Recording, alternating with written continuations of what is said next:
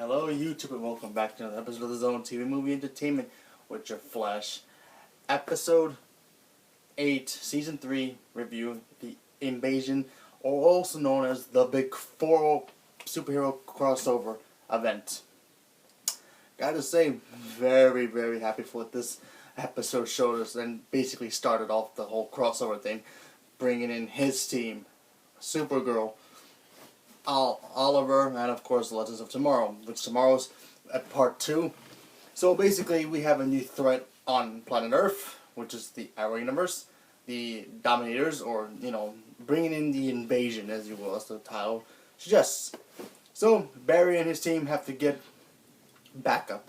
So he basically goes to Starling City, picks up Oliver and Diggle and the rest of their team, and he ends up taking a little trip to another universe, apparently Earth 38 or 32, I can't remember which one was it.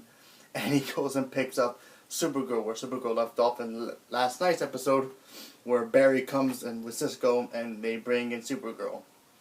And the first impression of the team, obviously, they're like, whoa, like they can't believe that this woman can fly, has things come out of her eyes, and it's ridiculous. And of course, Sarah is the one who's always going to be the one who flirts. That's a cool little joke right there.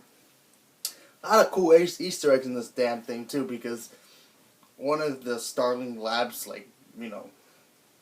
hangouts that they have, like a warehouse, is actually shaped like the Hall of Justice, like in the Super Friends TV show.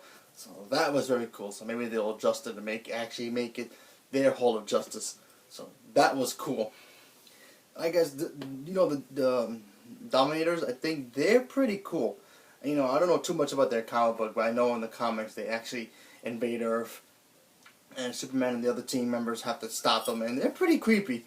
I mean, they can do practically anything. And in this episode, they apparently have been around for so many years, and we don't know where they're coming from. Are they from, the Arrow universe, or they're from Supergirl's universe? Because excuse me, in this episode you see Supergirl, she talks about how she met them, and as they invaded Krypton. So does that mean that they came with her, or how did they get there? I guess you have to watch the rest of the episodes to see what happens, because I'm still confused about that myself. But so far so good. Obviously seeing all the shows together in one episode is very cool. Obviously seeing Supergirl interact with Oliver and everybody else, and basically kicking their butts in combat training. Yeah, that was kind of cool. I like that a lot. That was very cool. I mean, there's some moments in here I don't like, but just one major one, but I'll get to that in a minute. Obviously the entire team of everybody was there. You had Cisco, you had Caitlin, back to normal, obviously. Thank you. You had Wally West. You had Harrison Wells, you had Felicity, you had basically everybody there. And of course, this also has some drama as well with it. In the beginning of the episode, you do find out that everybody finds out about Barry going back in time and doing Flashpoint. Diggle freaks out because he had a son, and he lost his son. He had a daughter in one point, and now he has a son. So, the team decides to, kind of hate Barry, because even though Cisco was bringing, his hatred from what happened last week's episode into this episode, so there you go. But, of course, they all team up anyway to stop the, the meteors, or whatever the heck you call them, the invaders, the Dominators, there you go, sorry. And, like I said, very good start, I really liked it a lot. A lot of great jokes. Obviously, Heatwave cracking the jokes about how he's not going to call Supergirl, he's just going to call her Skirt. That was pretty funny. But weaknesses? I think this episode has one, in my personal opinion, that has been bugging me ever since the season started. This particular problem for me has not been happening in the other 2 seasons of Flash. I'm starting to really hate it now, is this whole Iris thing. I don't understand why Iris is even in this episode. I guess I need her. She's a great actress, don't get me wrong. I can't see her doing anything. She's getting all of Wally's case about, you need to train more, because he's got speed now, and it's just ridiculous. I can't stand Iris anymore. She just bugs me.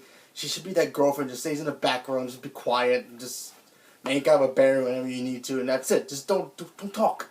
She just drives me nuts. But whatever. Anyway, good start. Like I said, I love it. So far, so good. The ending was bananas because everybody got taken, except Supergirl, Oliver, Flash, and Felicity, and everybody else. Obviously, Oliver got taken, so now we gotta find out what happens tomorrow. So yeah, lots to take in. This is crazy. I love the team up so far. Cannot wait to see more.